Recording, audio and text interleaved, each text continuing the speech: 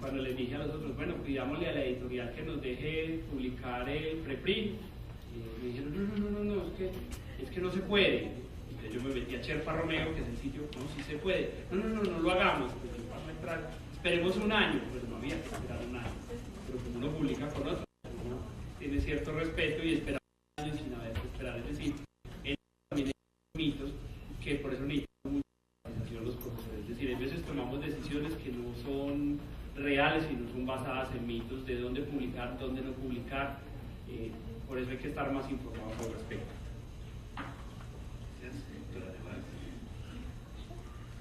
Bueno, generalmente lo que yo empiezo haciendo es un análisis del tema y luego empiezo haciendo un análisis de cuáles son las revistas en donde el tema pudiera quedar. Generalmente lo que hago es seleccionar 4 o 5 revistas y las revistas las voy seleccionando de mayor a menor índice de impacto. ¿Por qué? Porque una filosofía que luego tengo es pues tírale a la luna para que le des al árbol, ¿no? Entonces yo le tiro a la luna y generalmente me lo rechazan, en las mejores de las ocasiones me lo rechazan con comentarios, y entonces que yo les agradezco y luego ya entonces voy bajando a la siguiente y bajando a la siguiente.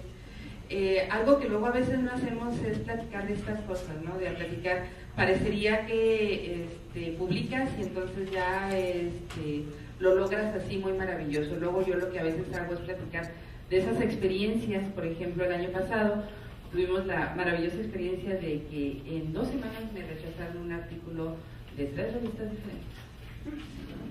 Muy bueno, ¿no? La primera, y entonces me lo mandaron fuera la idea de la revista. La segunda, y me dijeron, tenemos muchos como eso, no lo vamos a aceptar. Y la tercera, ya finalmente lo tardaron un poquito más, me lo volvieron a rechazar, ¿verdad? Pero pues ya me dieron algunas opiniones. Entonces eso es lo primero, hacer una evaluación, y eso es algo que luego yo les recomiendo a mis estudiantes. Hagan una evaluación de 4 o 5 revistas, y en esa evaluación lo que hacemos es ver si hay algunos otros artículos que estén similares a los que nosotros estamos trabajando. Sí, de preferencia, yo creo que primero es eso, la pertinencia del lugar donde lo vamos a publicar. Si es una revista de Open Access, bueno, pues buscamos las posibilidades. México, lo que hemos encontrado es últimamente hay posibilidades de hacer pagos en algunas revistas, y bueno, a lo mejor porque yo seguí muy de cerca la generación de trabajo en PubMed y en estas otras editoriales, me parece que algunas de ellas tienen el tener que cargar por poder publicarlo, pues es lo mismo que las que están cerradas y luego cobran mucho para que las personas puedan publicar ahí. Lo que sí tengo mucho cuidado, y eso es algo que creo que debemos de educarnos en esto, es en evitar las revistas, estas prácticas predatorias que se han generado últimamente, ¿no? Revistas que te aseguran que te van a publicar, que te publican en 3 días, que te cobran 10,000 pesos, pero que no hubo una revisión, y entonces lo único que terminas haciendo es regalando tu información porque ya no vas a poder deshacerte de ella. Constantemente nos llega la información. Es muy triste, por ejemplo, a veces tener que decirle a los compañeros, chin, o sea, te mandaron a invitar, pero no les hagas caso, porque entonces luego tienen la actitud de, ay, sí, tú te crees mucho, ¿cómo me estás dando esa sugerencia, no? O sea, me llegaron a invitar, tú me estás diciendo que... Entonces, eso me he encontrado así algunos problemas. Perdón que me pase tanto. Muy bien. Pues qué bueno que le contestamos. Realmente me llamó la atención ese dato, de que ¿cuántas? 2 semanas le rechazaron. Es un muy buen dato. Bien, nosotros, una revista que realmente nos hicieron enojar bastante, nos respondieron a los 6 meses de que les enviamos un artículo. Se tardaron 6 meses para decirnos que el artículo no caía en la temática que la revista publica regularmente. Entonces, esto está mucho mal. Bueno, miren, les comentaba yo que hay muchos casos que se presentan en estas situaciones de dónde publicar. Yo de apoyo me baso mucho en para quién siento que estamos escribiendo, es decir, a quién le puede interesar, a quién le puede causar mayor impacto esa información, ¿sí? Y entonces buscar la revista más relacionada con ese grupo. Esto implica pues tener bien identificadas las revistas relacionadas con nuestra área, las cuales no son muchas en las ciencias de la información, son muy pocas. Y luego también uno dice, bueno, necesito así como hacer una rotación, ya mandé a esta revista, lo próximo que escriba voy a mandar la otra para que no se vea así como que estoy concentrándome en una sola. Y está el caso también de nuevas revistas que son muy pocas también y hay que apoyar. Entonces en ocasiones uno dice, este artículo lo voy a enviar a esta revista para ayudarla un poco a que vaya creciendo y llegue a ser una publicación reconocida. Entonces hay muchos casos. Tenía por aquí otra cosa que iba a comentar. Bueno, lo dejaría hasta aquí. Gracias. En mi caso, ¿se escucha? Yo trabajo en la confluencia de dos disciplinas, la educación y la comunicación. Mi línea de investigación es en ese campo, así que donde puedo publicar trabajos científicos es en revistas de educación o en revistas de comunicación, o en aquellas que comparten estos dos campos, o en los medios de comunicación también, en revistas de difusión que no necesariamente impactan la comunidad científica. No es muy difícil elegir en cuáles revistas publicar, depende primero del tiempo que se lleva la revisión y el arbitraje de la revista, porque a veces uno mete un artículo y se tarda 6 meses o más en responder que no les interesa porque la temática del número no va. Entonces hay que mandarlo a otra revista y si lo rechazan igual a otra. Entonces uno no puede estar haciendo 2 o 3 artículos para mandar a distintas revistas, que es lo que creo que tienen que hacer.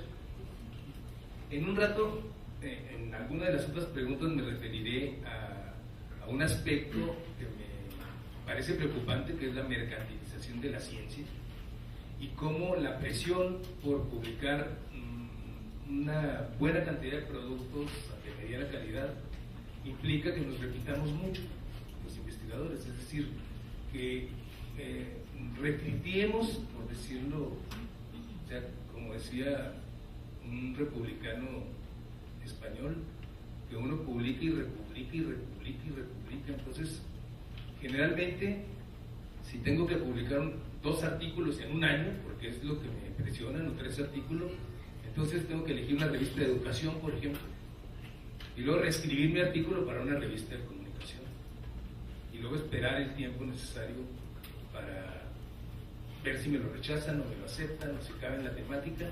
Y también tiene que ver con la calidad de la revista, es decir, si se encuentra entre los más bien colocados en los índices de impactos, como en el caso de la revista Comunicar, pues es una revista que maneja entre el 94 y 96% de rechazo de los artículos que le llegan. Entonces la posibilidad que tiene uno de publicar ahí es mínima.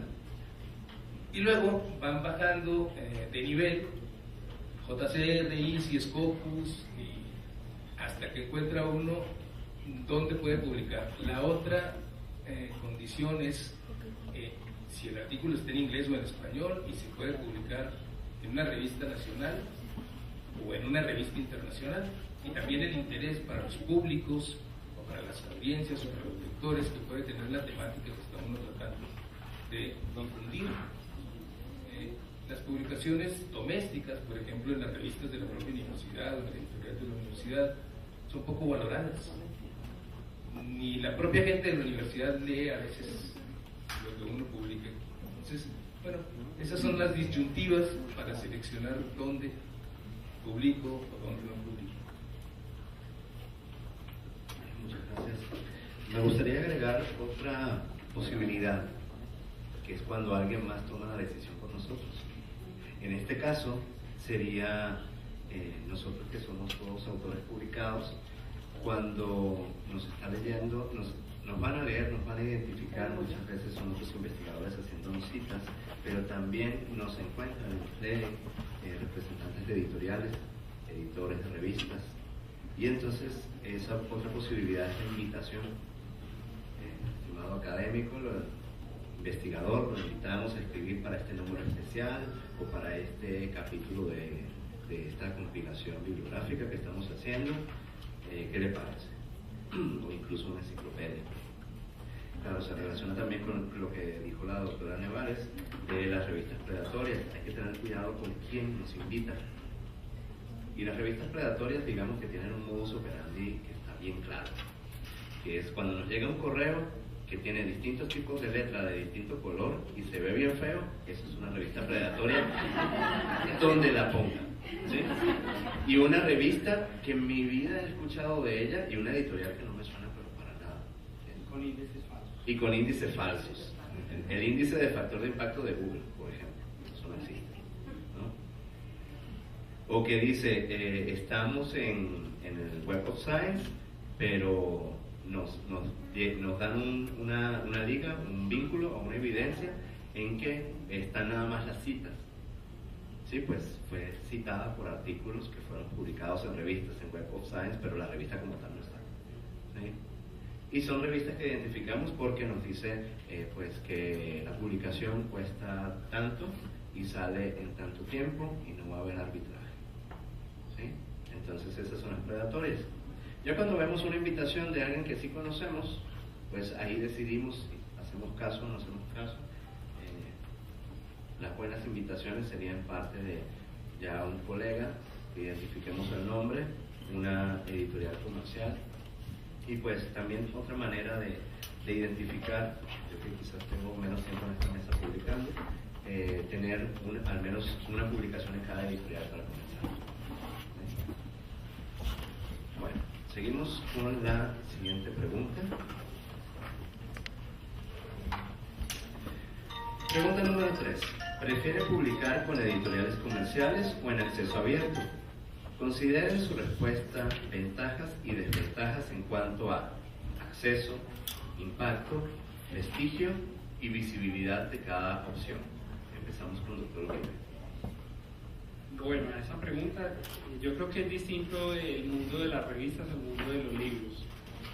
En el mundo de las revistas, pues hay revistas muy buenas de acceso abierto y hay revistas muy buenas de acceso cerrado. Ahí es donde empieza a hacerse uno las preguntas de pertinencia, en qué idioma y todo ese asunto. Es decir, en el caso de las revistas yo creo que hay algunas que son comerciales, pero que hay veces esa es la opción que existe y que se debe llegar ahí.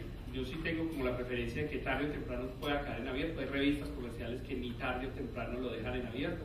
En esas sí hago la preferencia de no. En el mundo de las editoriales, pues solo casos muy excepcionales hay editoriales que son abiertas totalmente. Es decir, por ejemplo, en el caso nuestro, que ahí está, Juan tiene 2 libros, que está Alfagrave, que está Chandos, que son editoriales comerciales. Y ahí las editoriales comerciales uno entiende que es que su negocio es vender los libros físicos o sea su versión digital. Entonces, pues, para su sostenibilidad ellos no pueden trabajar en abierto. Lo que pasa es que sí hay políticas diferentes, es decir, lo que vale un libro de Alfagrama a lo que vale un libro de Chandos es muy distinto. Entonces ahí uno sí empieza a tomar esas decisiones. Y el tema también te dice, es decir, si va en inglés, si va en español. Yo creo que en el mundo de las editoriales es un mundo más comercial. Creo que debemos apoyar más las editoriales universitarias. Es decir, no tiene sentido que nuestras propias universidades tengan una editorial y nosotros lo publiquemos siempre en las de afuera y que después nuestra misma universidad tiene que comprar un libro de $70 para que esté en la biblioteca. Pues yo creo que ahí sí hay que buscar. Y si hay una tendencia mayoritaria en las editoriales universitarias a que termine siendo en abierto. Es decir, y eso es como un vuelco que tenemos. En el caso de mi universidad hemos logrado eso. La editorial de nuestra universidad durante muchos años trabajé ahí y era totalmente, funcionaba comercial, que se han dado cuenta de que hay que empezarse a abrir. Y yo creo que en eso las editoriales universitarias deberíamos apoyarlas un poquito más. Pero yo creo que el mundo de las editoriales es un mundo más comercial, el mundo de las revistas hay más posibilidades en lo abierto. Por eso sí tengo preferencia.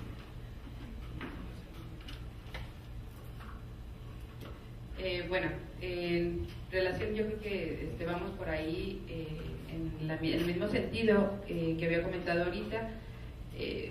Creo que primero pensamos en la pertinencia del trabajo, de dónde lo vamos a publicar, y después procurando que sea en acceso abierto. Últimamente he tenido la oportunidad de publicar 2 o 3 artículos en acceso abierto y la verdad es de que sí hay una diferencia en cuanto al impacto medido con citas, ¿no? Hasta ahorita con esto. Podríamos platicar, yo también estoy muy a favor de que sean editoriales no comerciales, pero sí universitarias y o editoriales de asociaciones. En particular, también la experiencia que he tenido es, yo pertenezco a la Asociación Mexicana de Ciencias de los Alimentos, y la Asociación Mexicana de Ciencias de los Alimentos, una de las cosas que hemos realizado son congresos bianuales, y a partir de los congresos bianuales se han generado algunas publicaciones, y como asociación nos hemos dado la tarea de darnos de alta como editorial, y entonces hemos generado libros bajo el sello editorial de la asociación. Somos una asociación chiquita todavía, con poco de trayectoria, pero a nivel internacional hay muchas asociaciones, en mi área, la Asociación Americana de Microbiología, que tienen editoriales de mucho prestigio, ¿no? Entonces, si me dieran a seleccionar, pues yo preferiría ese tipo de editoriales.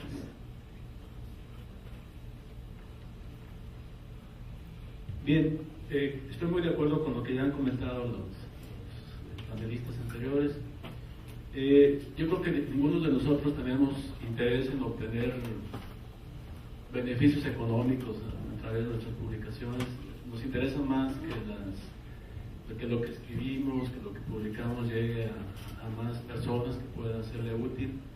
Afortunadamente, las ciencias de la información en el contexto latinoamericano, creo que la mayoría de las revistas están tendiendo al acceso abierto.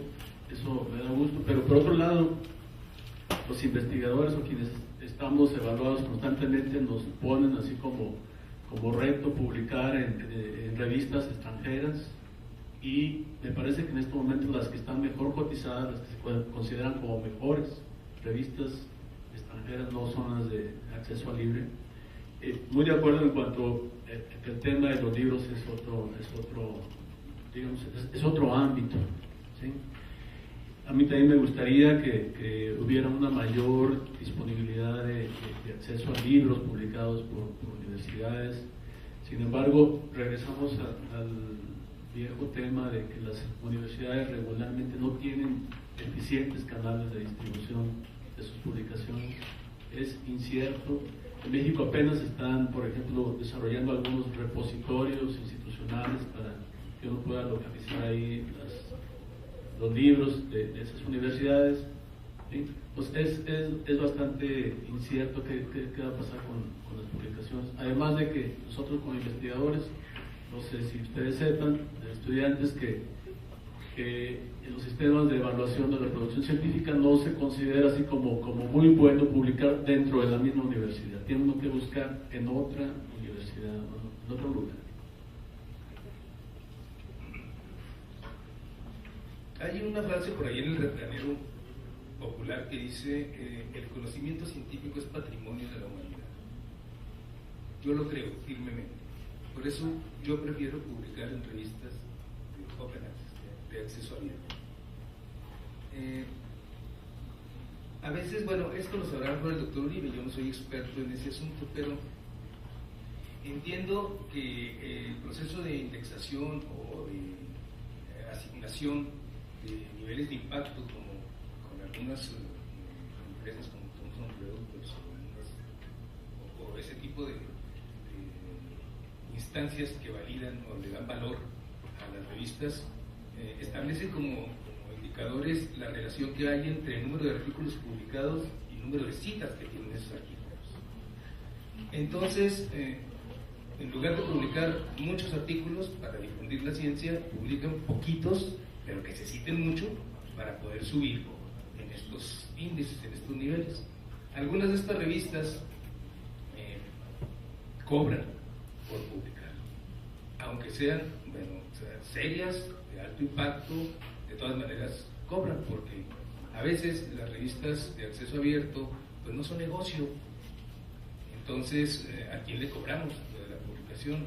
Y ese cobro creo que se le hace a los propios investigadores, que son los interesados en publicar, lo cual no está mal, porque esto permite también que el trabajo del investigador tenga una mayor visibilidad, porque no hay que pagar por los artículos, uno los puede bajar de páginas especializadas, de Google Académico o de otros, de los índices, Latindex u otros en donde se pueden publicar, y tienen mayor visibilidad que cuando hay que pagar por los artículos, o comprar el artículo, la obra, que a veces nos la presentan cuando la buscamos en internet en fragmentos, ¿no? Para que uno nada más se enganche y luego ya pague la diferencia para poder bajar el hilo del artículo o lo que sea. Entonces yo creo que la visibilidad es importante, pero también el que la mayor parte de los interesados en el trabajo que el investigador está haciendo tengan acceso abierto y por las vías pues, que nos proporciona ahorita la tecnología, ¿no? Las distintas páginas de internet. Eso es lo que...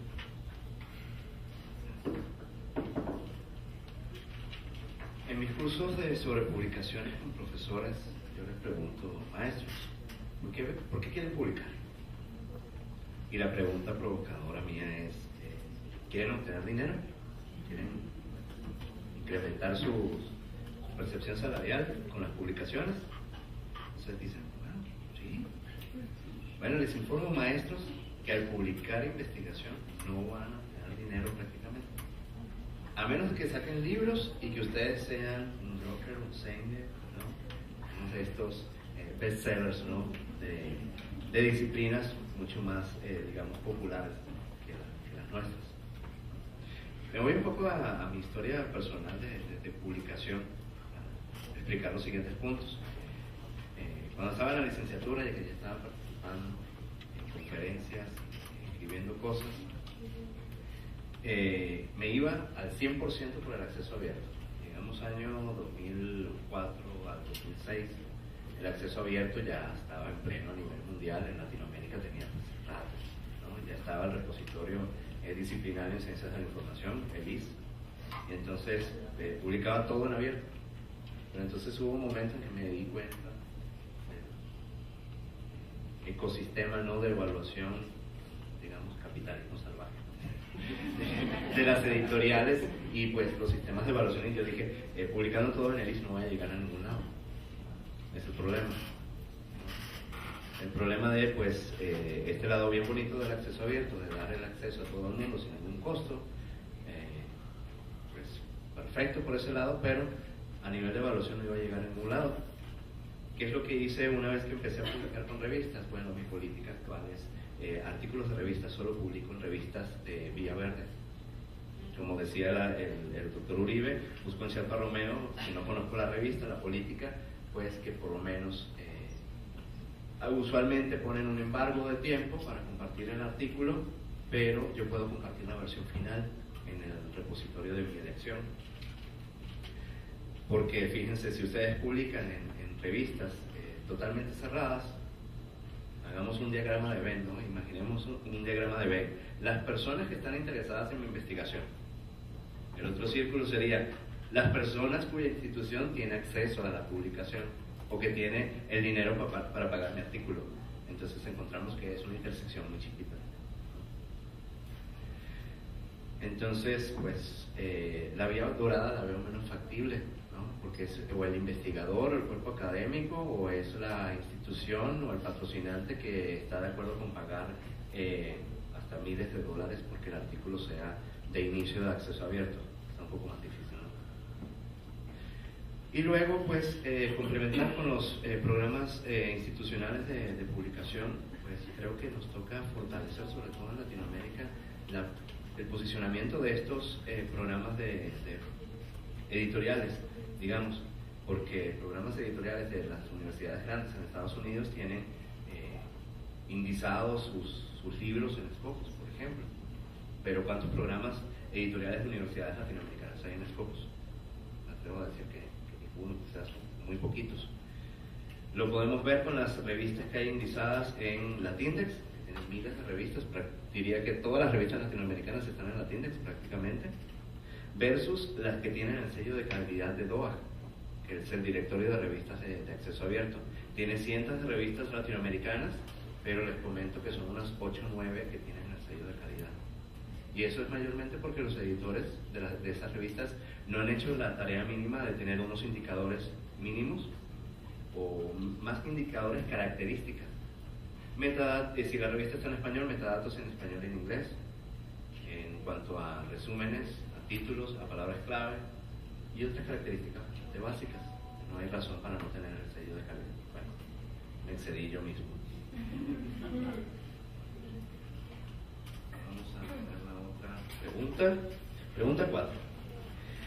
¿Cree que hay algún formato que no esté siendo preferido actualmente por los investigadores? Es decir, que se esté utilizando cada vez menos, que haya caído en desuso cierto formato. ¿Y por qué? Doctor Uribe. Yo creo que hay un formato que durante mucho tiempo fue muy importante en la comunicación científica, que eran las ponencias y las memorias de los eventos, porque era la posibilidad de compartir en un evento con colegas que les interesaba el tema o profesionales del tema, pero como no estaba en el rango ni de libro ni en el rango de revista, muchas veces las memorias quedaban en ningún lugar. Incluso las bibliotecas ni siquiera lo catalogaban. Entonces tú venías del evento con tu memoria así inscrita y lo llevabas a la biblioteca y muchas veces al tiempo después preguntabas, ¿por qué no lo encuentro en el catálogo? No, es que no lo catalogamos. Es decir, las memorias creo que han sufrido como un canal que era de la diferencia entre un artículo y una ponencia. Normalmente la ponencia es mucho más corta, es más rápida y tiene un lenguaje distinto que se diferencia pues, de un libro y un capítulo de un artículo. Eso ha llevado a que, por ejemplo, las ponencias se han tenido que cambiar. Entonces, ahorita la profesora decía, en un evento termina siendo o artículos y se crea un monográfico especial del evento tal, que eso lo están haciendo las grandes editoriales, o sea, por eso Springer y grandes editoriales se han unido a los grandes eventos en el mundo y crean un artículo, un número de la revista dedicado a reunir todas las ponencias y sacan 2 o 3 números de eso. Entonces, realmente eran ponencias que se convierten en artículos y salen en formato pues, de revista.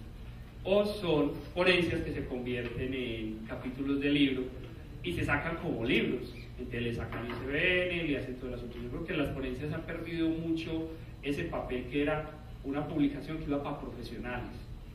Pero cuando tú lo sacas como artículo de revista científica, no siempre va para profesionales. Y cuando lo sacas como libro, los libros sí tienen 2 características, o son muy científicos o son libros de texto, pero los profesionales quedan ni en un lado ni en el otro, porque pues no son libros de texto, pues ya estudiaron, entonces ya no consumen libros de texto tanto, y no son libros científicos, y como ellos son profesionales y tampoco es que estén haciendo investigación, sino que quieren mejorar su práctica profesional, tampoco el libro. Yo creo que hay un formato que se ha ido perdiendo, que sigue muy vigente, es decir, ¿qué leen los profesionales de nuestras disciplinas? Porque ni revistas científicas ni libros que terminan siendo muy científicos, entonces ahí estarían las revistas de divulgación o estarían las ponencias, pero las revistas de divulgación por los criterios de calidad y de medición escasean. Es decir, las revistas de divulgación o de asociaciones profesionales normalmente no son muy bien indexadas, entonces ahí hay un formato que se perdió pero que sigue siendo necesario, es decir, cómo les llega la información de nuestras investigaciones a los profesionales de nuestra disciplina. Y ahí hay algo que hay un vacío que tendríamos que soportar. Yo creo que las redes sociales y los nuevos medios serían un camino para que eso llegue a los otros profesionales. Hasta ahí. Sí, coincido en el punto de los resúmenes cortos, ¿no? En nuestra área es muy común que para un congreso lo que tengas que mandar son un resumen de 300 palabras. Decía hace rato, una de mi área, pues, a la que yo pertenezco, la asociación profesional más importante es la Asociación Americana de Microbiología. Curiosamente, que bueno, tiene su reunión anual desde 1900. Y curiosamente, yo me he encontrado que los resúmenes, el libro de abstract de la reunión está indexada como publicación periódica anual y tiene índice de impacto, porque hay algunos lugares, algunas publicaciones que han citado abstracts de esa reunión. Sin embargo, en los últimos años, yo me acuerdo de las primeras veces que iba a la reunión, yo regresaba con un libro así chiquito o más grande de los resúmenes. Llegó a haber hasta 5,000 trabajos en un congreso de estos de la SM, pero hace algunos 4 o 5 años, y con una tendencia a ir hacia lo verde y lo sostenible y cuidar el ambiente, entonces en vez de tener los libros, los resúmenes simplemente se ponen disponibles en la página de la asociación, en la página web de la asociación, y esto lo que ha sugerido es de que entonces ya no tiene ISSN, ya no puede estar indexado, y entonces se empieza a caer un poquito en desuso. A mí me parece que es importante porque es esa primera aproximación, esos primeros avances en tu investigación los que vas y presentas en un congreso. Y eso es algo que me parece que se ha estado perdiendo.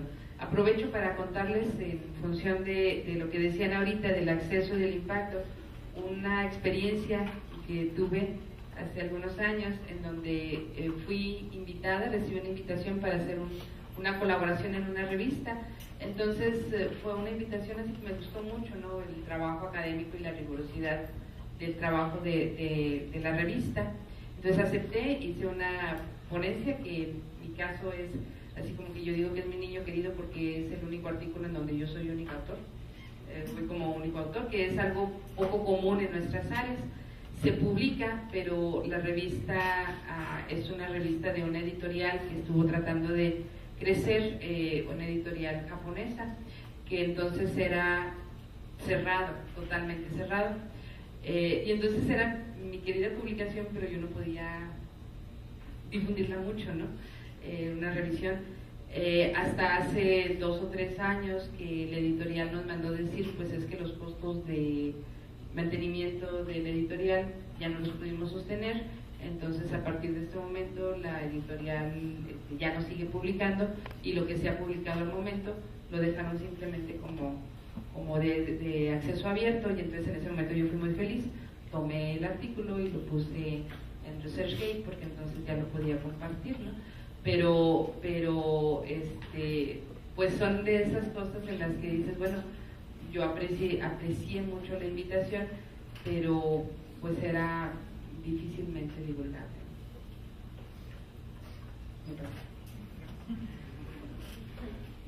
Bien, yo le repongo el tiempo. Sí, bueno, yo creo que esto de el hecho de que algunos formatos cada vez se usan menos tiene que ver bastante con los criterios de los evaluadores, ¿no?, de la producción científica. Es decir, hay personas que han dicho que las memorias de los congresos son materiales pues, que aportan poco, que en realidad yo no estoy de acuerdo. Yo pensaría que un congreso es una forma muy práctica de reunir información, de reunir especialistas, y discutir temas que son así como de lo más reciente sobre esa disciplina, y que pueden surgir muy buenas publicaciones, pero se ha determinado, los evaluadores han determinado que las memorias no son un documento valioso. Lo mismo pasa con los materiales para las revistas de divulgación. Les comentaba que yo participo en un comité directivo de una revista de divulgación, y a pesar de que son artículos más breves, pues se percibe así como que los investigadores que tienen buenos trabajos sobre ciertos temas, pues se la piensan en dedicarle tiempo a escribir, a preparar algo para una revista de divulgación, porque saben que no les va a significar un reconocimiento, no van a obtener puntos por eso. Bueno, otro tipo de documentos que a mí me ha llamado la atención, que como que se menosprecian cada vez más, son las reseñas. A mí me gusta escribir reseñas de libros y de otras cosas, y creo que son documentos muy útiles. Sin embargo, siento que así como que se le está dando un menor valor.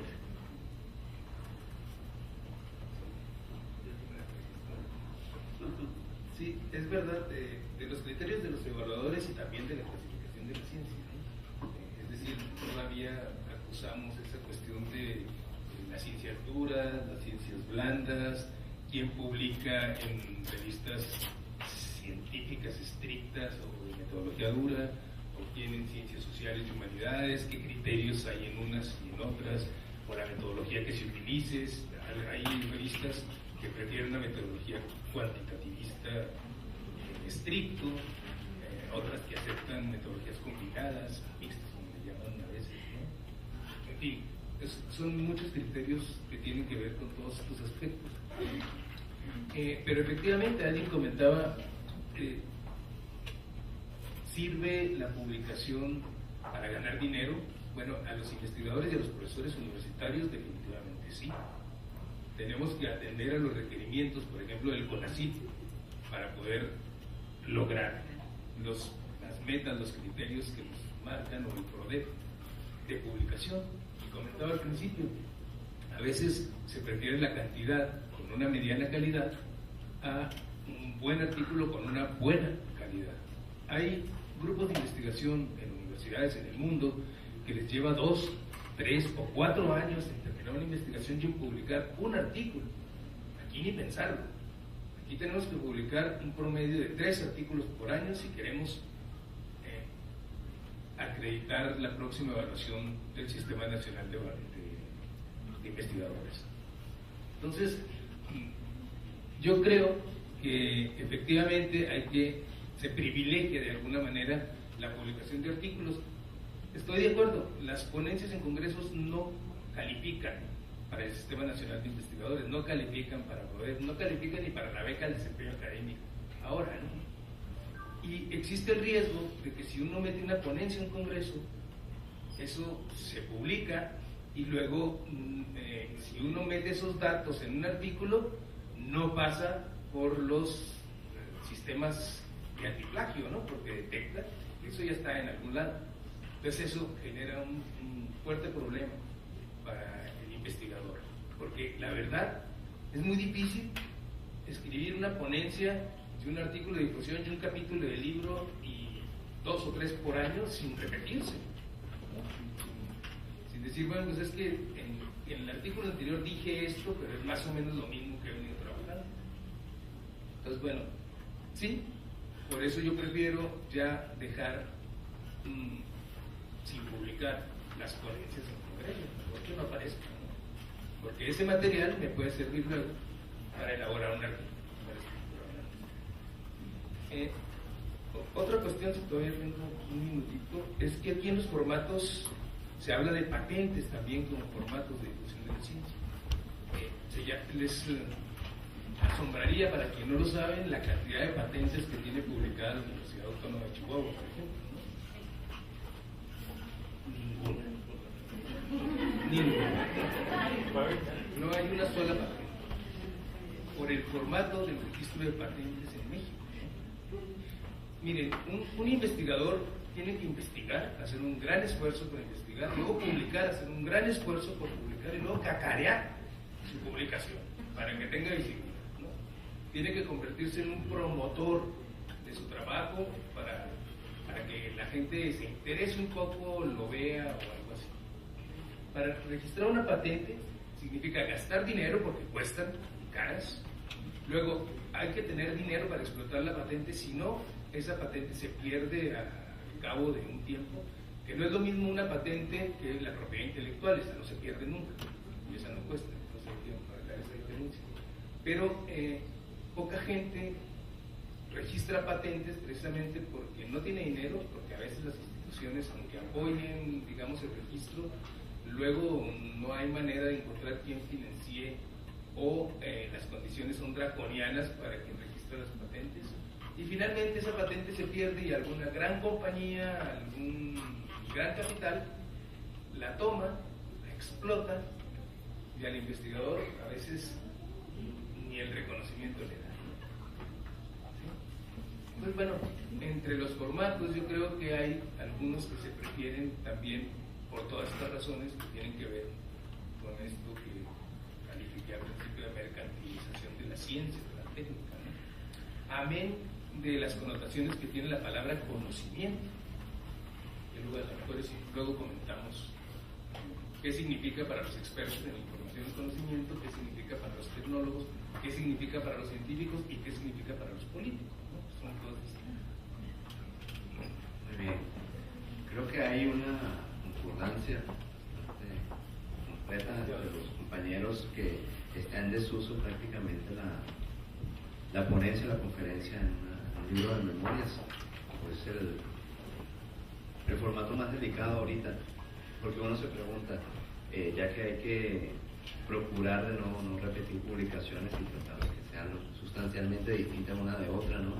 Me voy a quemar esta investigación, el producto derivado de mi investigación en un libro de memorias, que actualmente en muchos congresos, pues, si acaso lo publican en digital, y si lo publican en digital, y esto como bibliotecólogo, siempre que lo veo me molesta sobremanera, ¿no? Ver un documento publicado en una página plana totalmente, sin posibilidad de navegación, de búsqueda en ISAM.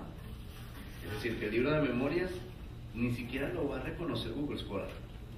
Entonces voy a publicar en una memoria de congreso que ni siquiera va a estar en Google Scholar, no me va a dar ningún tipo de información sobre la citación que pueda tener. Entonces, pues, está complicado. Sí es interesante, como decía el doctor Uribe, las grandes casas editoriales, las comerciales, que dedican números de revista a un evento, o varios números a un evento. Ahí se está más interesante la cosa, pero caemos en publicar en revistas cerradas cuando rompemos con esa esencia del congreso, ¿no? Que es el compartir con nuestros colegas lo que estamos haciendo y retroalimentarnos en ese encuentro, ¿no? Ahí ese conflicto. Muy bien, vamos con la última pregunta. ¿Actualmente comparte junto a su publicación los datos que utilizó en esa investigación? ¿Por qué? ¿En cuáles casos lo hace? ¿Y cuáles son las mayores dificultades al respecto? Es decir, junto a la publicación comparte los datos de su investigación. Doctor Uribe. Pues yo comparto como la experiencia que hemos tenido. Yo creo que las disciplinas sí tienen diferencia en cuanto a los datos de investigación. Yo siempre he tenido como eso como espíritu, entonces normalmente, incluso antes de que se manejara datos de investigación y eso, nosotros tuvimos una experiencia que fue utilizar Moodle para que la investigación quedara completa en una plataforma de e-learning. Incluso eso fue una experiencia que se volvió después para toda la universidad y hicimos una investigación, como no había un repositorio, lo que hicimos fue toda la investigación la subimos a Moodle y la dejamos abierta y dentro de ella estaban los datos. Eso hizo que en nuestra universidad creara el Moodle Investigación, y era que los investigadores tuvieran un espacio para trabajar colaborativamente y colocar toda la investigación, porque es que al final un artículo es el resumen de la investigación, pero no todo lo que uno hacía. Entonces esa experiencia fue muy positiva porque arrancamos nosotros desde bibliotecología, pero la universidad vio que había algo que debíamos hacer y se ha seguido manteniendo. Es decir, si ustedes ponen Universidad de Antioquia Moodle para investigadores, van a encontrar que hay muchos proyectos dentro de la universidad que los investigadores han tomado la decisión de aprovechar algo que sabemos por los cursos y adaptar esa tecnología para eso. Pues eso fue hace unos años. Ahora sí empiezan a haber repositorios de datos. La experiencia que se tiene ahí es el tener cuidado con eso, es decir, porque hay un espíritu muy positivo y es que los datos estén para que se puedan reutilizar, para ser transparentes, pero hay otro espíritu, es quién queda dueño de esos datos. Yo creo que nosotros tenemos que tener repositorios de datos institucionales, no repositorios de datos de revistas o de otras empresas. Porque al final estamos, o sea, ya no solo regalamos el artículo, vamos a regalar los datos del artículo y al final lo importante en la investigación son los datos y la metodología. Nuestras universidades en ello están muy quedadas, todas están muy quedadas. O sea, si apenas estamos creando nuestro repositorio de publicaciones, pues tenemos que crear el repositorio de datos.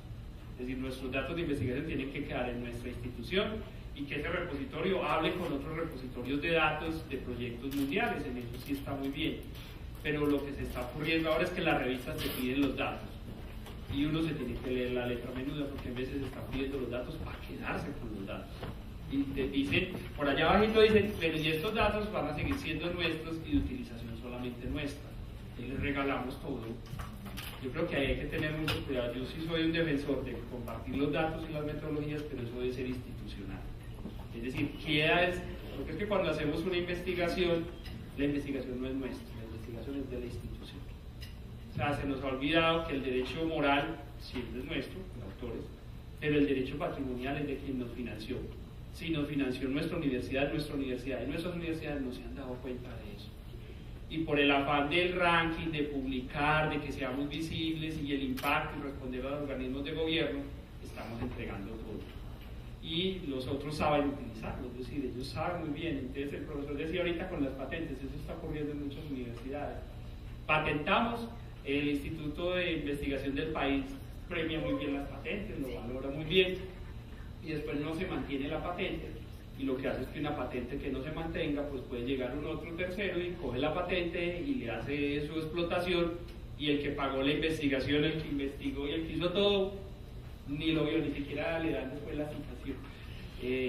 Con los datos hay que tener mucho cuidado. Nosotros en nuestra universidad logramos, me pasé, pero es la única que me pasaba, que logramos que en el nuevo plan de desarrollo quedara ciencia abierta, yo lo contaba. Y una de las cosas que logramos es, bueno, vamos a poner el tema de datos de investigación a discutirlo en la universidad, porque están llegando multinacionales a comprar los datos. Ven una investigación, un profesor que publica mucho y les llama la atención y viene y le dice, y usted de esta investigación me vende la investigación. ¿Qué es vender la investigación? Véndame los datos. Y como no tenemos ni legislación ni sabemos, hay investigadores que lo están empezando a vender, pensando que son de ellos, y no son de ellos.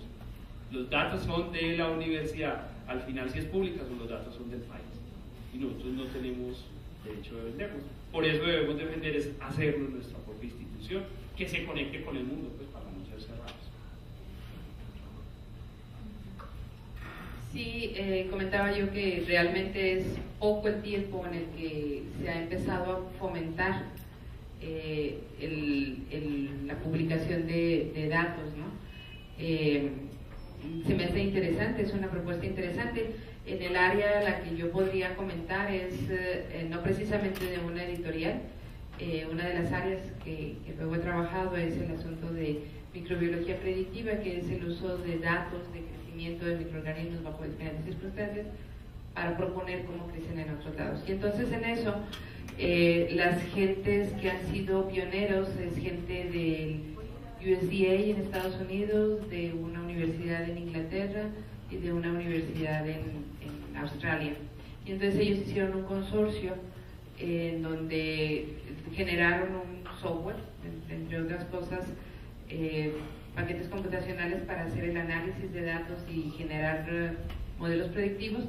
Y entonces lo que nos proponen es que una vez que se publican las investigaciones, entonces se pueden donar, se pueden poner ahí los datos para que entonces se vaya haciendo algo más grande, que luego mis datos puedan servir para hacer modelos predictivos que puedan servir tanto para la industria como para cuestiones de educación, como para la misma investigación. Esa me parece una muy buena iniciativa y es la que yo podría compartir. Sí, creo que es un muy buen ejemplo. Bueno, yo creo que es un tema que fue muy conveniente que se haya tratado aquí en el panel. Me parece que es un tema sobre el que estaremos hablando bastante en los próximos años, cada vez más. Yo diría que es incipiente. Yo podría decir que no he tenido la experiencia de compartir datos con ninguna institución, al menos conscientemente, no sé si lo haya hecho sin querer. Pienso que yo lo haría muy selectivamente, pienso que lo haría con colegas posiblemente, y creo que podría ser así como un elemento que podría desencadenar a lo mejor algún proyecto conjunto. Es decir, de esos datos alguien puede llegar con nuevas ideas de cómo sacarles provecho, a lo mejor agregarles otros o sumarles un poco más de investigación y sacar un nuevo producto. Entonces, en ese sentido me parecería muy conveniente. Bueno, hay una política de progresión de la investigación en nuestro país y yo creo que en Latinoamérica, quizá en el mundo, en donde ya el investigador no trabaja solo, sino que trabaja en grupos de investigación y luego en redes de investigación. Muchas veces, buena parte del trabajo metodológico, por ejemplo, se hace a nivel de red.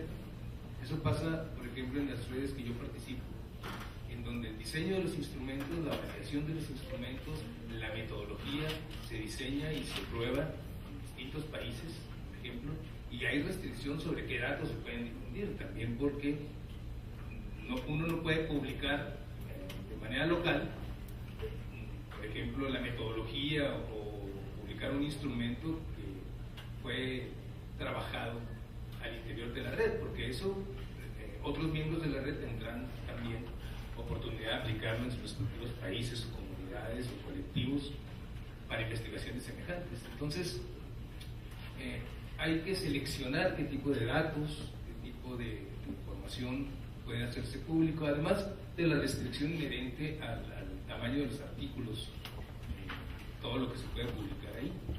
Y luego los árbitros son muy quisquillosos porque entre sus comentarios dicen hay una abundancia de datos, pero el marco teórico es estrecho. O la metodología está muy extendida, pero los resultados así como que podrían sacarse de más provecho.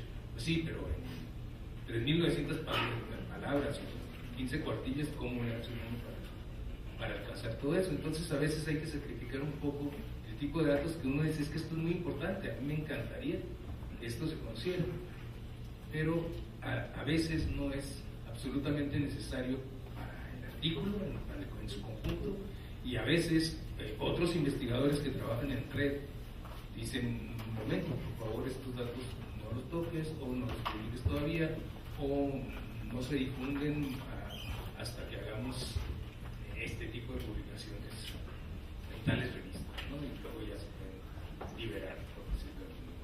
Creo que esa es más o menos mi experiencia en este sentido.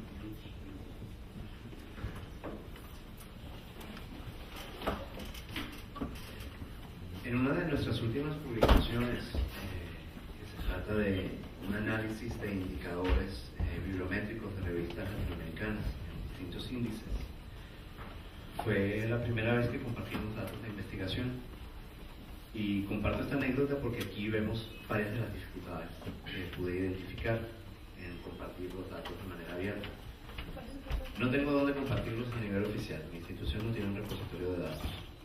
Ok, lo pongo en mi página web, o en el Facebook, o en alguna red social. Pues no, porque no usa criterios de estándares de organización de este tipo de documentos, ¿verdad? Y como buen bibliotecólogo, pues tengo que seguir cuáles son los estándares de organización del conocimiento para que sea visible, accesible, ¿verdad? Ok, entonces un repositorio de datos.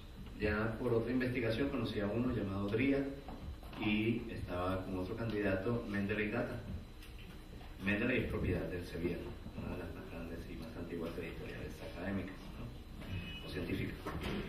Entonces entro a DRIA y veo cuáles son las condiciones para subir los datos. Me aparece un costo. Entonces no les voy a decir cuánto era el costo, sino mi reacción cuando veo el costo. De milagro a veces tengo dinero para hacer la investigación, para conseguir los equipos y los gastos de la investigación. No creo que deba pagar por regalar los datos, ¿verdad? Estoy regalando los datos, encima tengo que pagar para regalarlos, pues no. Que es el mismo problema que tengo con la vía dorada, ¿no? Tengo que pagar para que el conocimiento sea, que la investigación, la publicación sea libre, pues no. Mendeley Data, pues no me cobra nada, pero ¿cuál es el problema? Pues la publicación, los derechos de distribución y de la publicación son propiedad de Sage y los datos son propiedad del Sevier por estar en Mendeley. Sí están en abierto, pero pues ellos deciden cuándo pasar el switch y decir ya no están abiertos, ¿verdad? Porque son una empresa. Entonces esas son las dificultades que... Bueno, terminamos con esta primera parte. Voy a sugerir a los panelistas, como estamos sobre el tiempo, si en lugar de la conclusión pasamos a las preguntas a la audiencia y usamos eso como conclusión del panel. ¿Preguntas? Yo tengo una pregunta que a lo mejor es un poco fuera del tema. Todos los participantes son profesores. A mí me tocó una generación en licenciatura y en maestría donde no se fomentaba la investigación. De hecho, a nivel licenciatura, pues yo no sabía ni qué era eso, ni sabía qué era el SNI, ni sabía qué era el CONACYT, ni sabía qué era nada de eso, y ningún profesor me lo dijo. En maestría no se nos pedía publicar, más o menos era como una embarradita de investigación, ya en el segundo año pero tampoco no había fomento a la investigación. Me llama la atención que el doctor Machín dice que él publicó desde licenciatura. Una pregunta sería si ustedes fomentan la investigación en jóvenes de nivel licenciatura o carrera, en este caso pues química no es licenciatura. Y la otra sería, ustedes de dónde les nació la inquietud de ser investigadores, o quién les dijo, o quién les mostró el caminito, o en qué momento decidieron serlo, ¿por qué?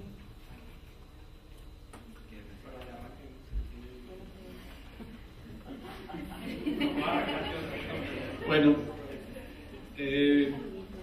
pues rápidamente, en realidad yo me considero alguien que se fue formando en el camino.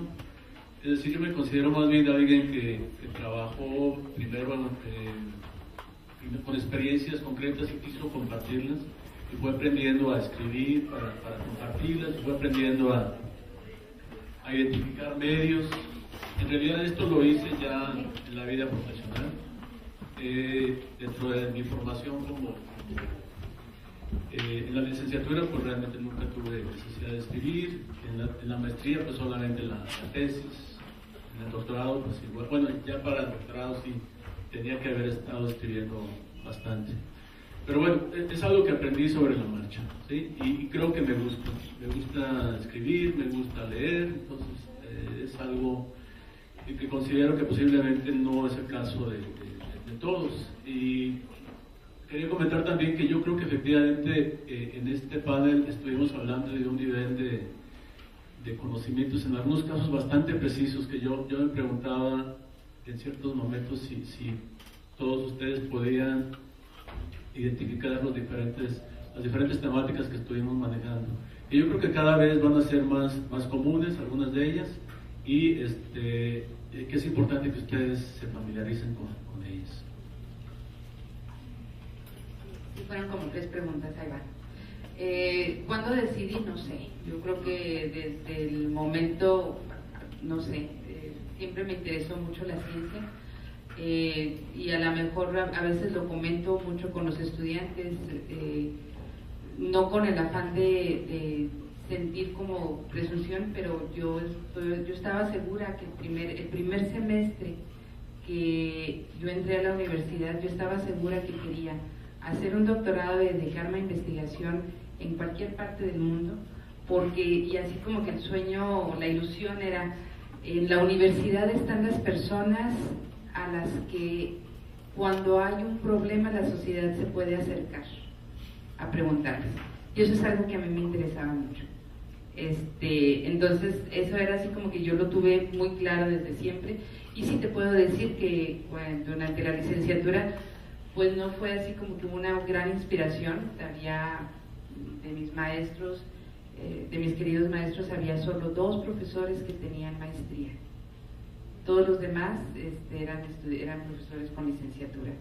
Al paso del tiempo te puedo decir que en la facultad, en químicas, ahorita creo que la proporción es al revés. Hay 2 profesores con licenciatura que no tienen ni maestría ni doctorado.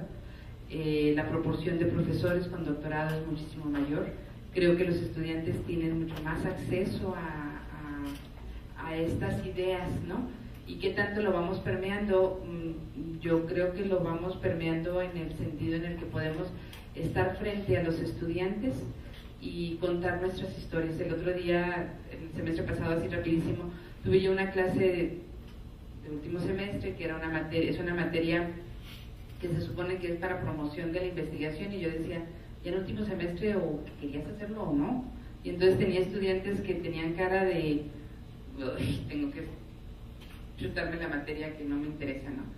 Y era así como que difícil, y sin embargo, bueno, pues yo platicaba de mis experiencias y cosas, y se me hizo muy interesante al final que una de mis estudiantes me dijo, dice, lo que me gustó de la clase fue su experiencia de vida. Entonces, eso de alguna manera te dice que en la interacción con los estudiantes puedes a lo mejor dejar un poquito la semillita de la inquietud de si quieren hacer investigación o no. Bueno, por ser la licenciatura, los profesores eran investigadores, yo creo, de los profesores que tuve. Yo ahorita definiría como investigadores unos 2, 3, 4. profesores. Y tuve que lidiar un poco con el mito que es muy mencionado de que publicar cuesta dinero. No necesariamente. Investigar cuesta dinero, no siempre, dependiendo. Depende de muchos factores, pero publicar pues no cuesta dinero a menos de que sea en una revista predatoria, ¿no?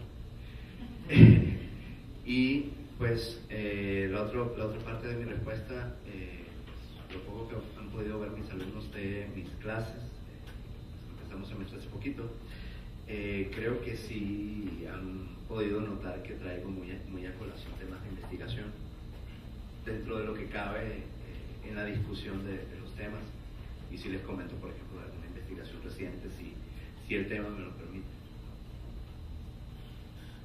Bueno, en mi caso, el hecho de yo haber estudiado comunicación social, periodismo, hizo que el escribir fuera más común. Entonces, para mí ha sido algo natural, pues, porque toda la carrera desde que uno entraba lo ponían a escribir, entonces no hacía como una dificultad.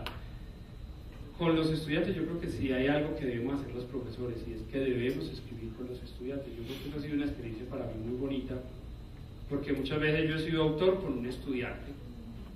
Años después ese estudiante ya es profesor y sus primeras citaciones fueron gracias al trabajo que uno le dijo, venga, escribamos eso, o tu trabajo de grado está muy interesante porque no escribimos algo juntos.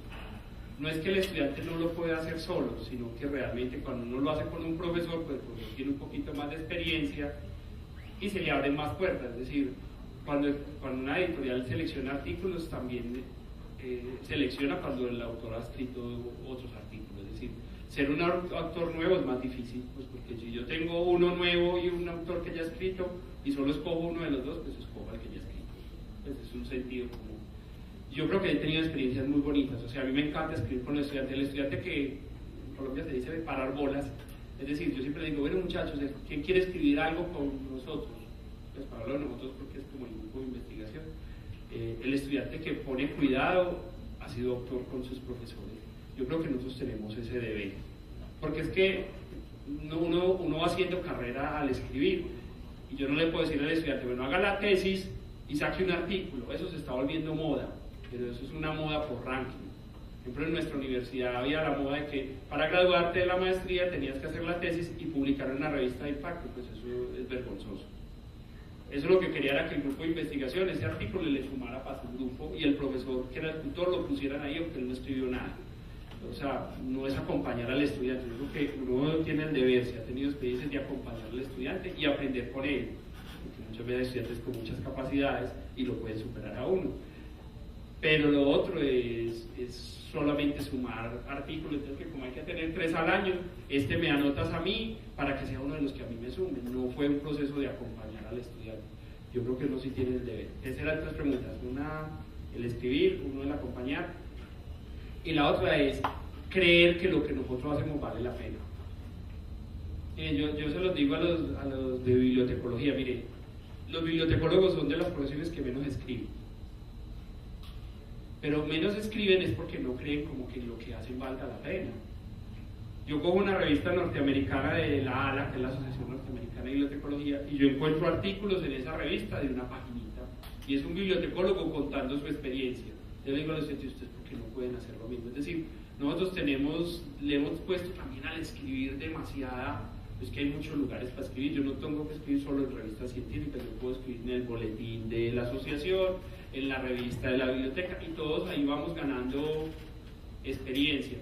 Pero tenemos que creer que lo que nosotros decimos vale la pena. La profesora ahorita ponía un ejemplo que me gustó mucho sobre el queso, ¿era el queso? Chihuahueño. Pues uno dice, esa investigación sería local, pero esa investigación se puede volver loco global, en el sentido de que, mire que ya lo dijo, los quesos artesanales o autóctonos de una región se pueden comparar. Es decir, pero uno sí cree que lo que uno hace a alguno le puede servir, escríbalo en revista, en blog, redes sociales, ya cada uno va decidiendo. Pero si uno cree que lo que uno vale la pena ahí, pues póngalo, porque no, pues, quitémonos ese como miedo a escribir. Pues la gente es la que va a decir si le sirve o no le sirve, pero por lo menos uno creer en lo de uno mismo. Creo que eso sí es fundamental. ¿Otra pregunta? Sí, gracias. Yo tengo aquí una pregunta para ustedes. colegiada, ¿no? Y incluso hay criterios de las instituciones donde se exige escribir de manera colegiada, ya no tanto el autor así en solitario. Pero yo me pongo a pensar si esto quizá da lugar a prácticas no éticas, ¿verdad? Donde se tenga que incluir a gente que aportó poco o nada. Entonces, yo quisiera saber cómo es que siente, o sea, su sentir o su postura respecto a esta exigencia. Es difícil mantener las buenas prácticas también con algunas exigencias que nos llevan pues a producir tres artículos por año o como mínimo 3 por año, o que cierta cantidad de autores tienen que estar, o etcétera, etcétera. Complicado. Yo te voy a decir que eso me ha generado grandes problemas con mis compañeros y autoridades, porque a mí lo que me enseñaron es que quien va en las publicaciones es quien aportó. Yo estoy en el doctorado, así de esas cosas que uno le dice de serendipia, una bacterita que nadie había visto, y yo, mira qué interesante, ¿no? Y a partir de eso se generaron 2 tesis de doctorado, una tesis de maestría, y en el momento en el que iban a publicar me dice mi maestro, dice, es que tu aportación no fue suficiente para estar incluida en el artículo, y yo, órale, está bien, o sea, está bien, dice, nada más dijiste que estaba ahí, y si hubieras hecho algo más, a lo mejor te podíamos incluir. Entonces eso a mí se me quedó muy grabado, y una de las cosas que yo hago es, por ejemplo, con mis estudiantes, incluso cuando vamos a mandar una ponencia a un congreso, es, bueno, vamos a ver, de tus asesores y de los colaboradores y de los profesores, quiénes son los que deben de ir en el artículo. Esa es una práctica que es poco común. Normalmente lo que se dice es de que el responsable del trabajo, el líder del grupo, es el que decide a quién pone y a quién no. Eso me ha costado, incluso en alguna ocasión con autoridades de la facultad, que me dijeron, es que tienes que incluir a fulano y a perengano, y yo, ajá, cuando ellos me pongan. Hasta ahorita no ha pasado. Sí, qué bueno que no se ha presentado eso. Miren, yo en ese sentido sí creo que actualmente la ciencia es más compleja y que hay más oportunidades de hacer estudios donde participen diferentes investigadores, a veces de diferentes instituciones. Eso es una gran ventaja de la tecnología. Colegas que están en otro país, en otra institución, y están participando en una misma investigación. Sí es posible que se lleguen a presentar casos de conflicto, pero bueno, yo quería comentar que existen códigos de ética de investigación y de publicación, códigos internacionales donde uno puede encontrar recomendaciones precisas de a quién se le puede considerar como coautor, autor y coautor. ¿Sí? Debe aparecer en primer lugar, en segundo, en tercero, etc. Claro que esto es complejo, ¿eh? Yo pienso que en ocasiones la aportación que puede hacer un autor, digamos un artículo, a lo mejor no se puede medir por la cantidad de trabajo, a lo mejor hizo una aportación en cuanto, por ejemplo, contactos, ideas, metodologías, es decir, no hizo mucha talacha, pero sí aportó cosas de calidad, ¿sí? Y es obviamente importante para que se logre el producto. Yo creo que hay que entrar a esos proyectos de colaboración con la idea de que a lo mejor algunos van a trabajar más que otros, ¿sí? Posiblemente en este proyecto me toque a mí trabajar más que otro compañero, pero a lo mejor en el siguiente proyecto, si continuamos con la idea de seguir trabajando juntos, a lo mejor en el siguiente proyecto a este otro compañero le toca trabajar más. Les vamos a pedir que si tienen más preguntas se acerquen en lo individual para dar al fin al evento, y les queremos agradecer a los 5 por compartir sus valiosas experiencias, sobre todo con quienes estamos empezando en el mundo de la investigación y la publicación. Entonces, la Facultad de Filosofía y Letras otorga las siguientes constancias por su participación como ponentes en la mesa panel, formatos y manera de publicación, a los doctores Alejandro Uribe Jurado, al doctor Jesús Cortés Vera, al doctor Cortés Montalvo, a la doctora Virginia Nevares y al doctor Alejandro Uribe, al doctor Daniel Machín, por su participación este día 30 de agosto en la Facultad de Filosofía y Letras en el marco del primer Congreso de Información, Comunicación e Investigación.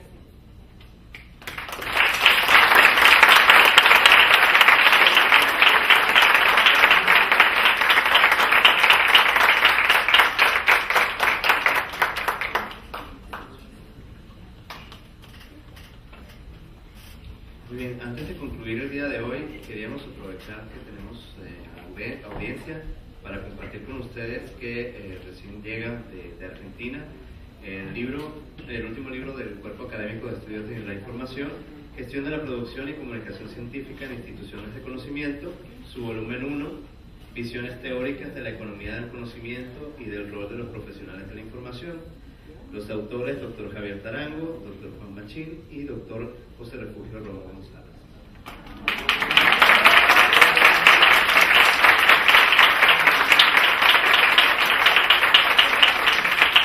El volumen 2, me preguntaba el doctor Uribe de qué va a tratar el volumen 2. El volumen 2 es la parte práctica.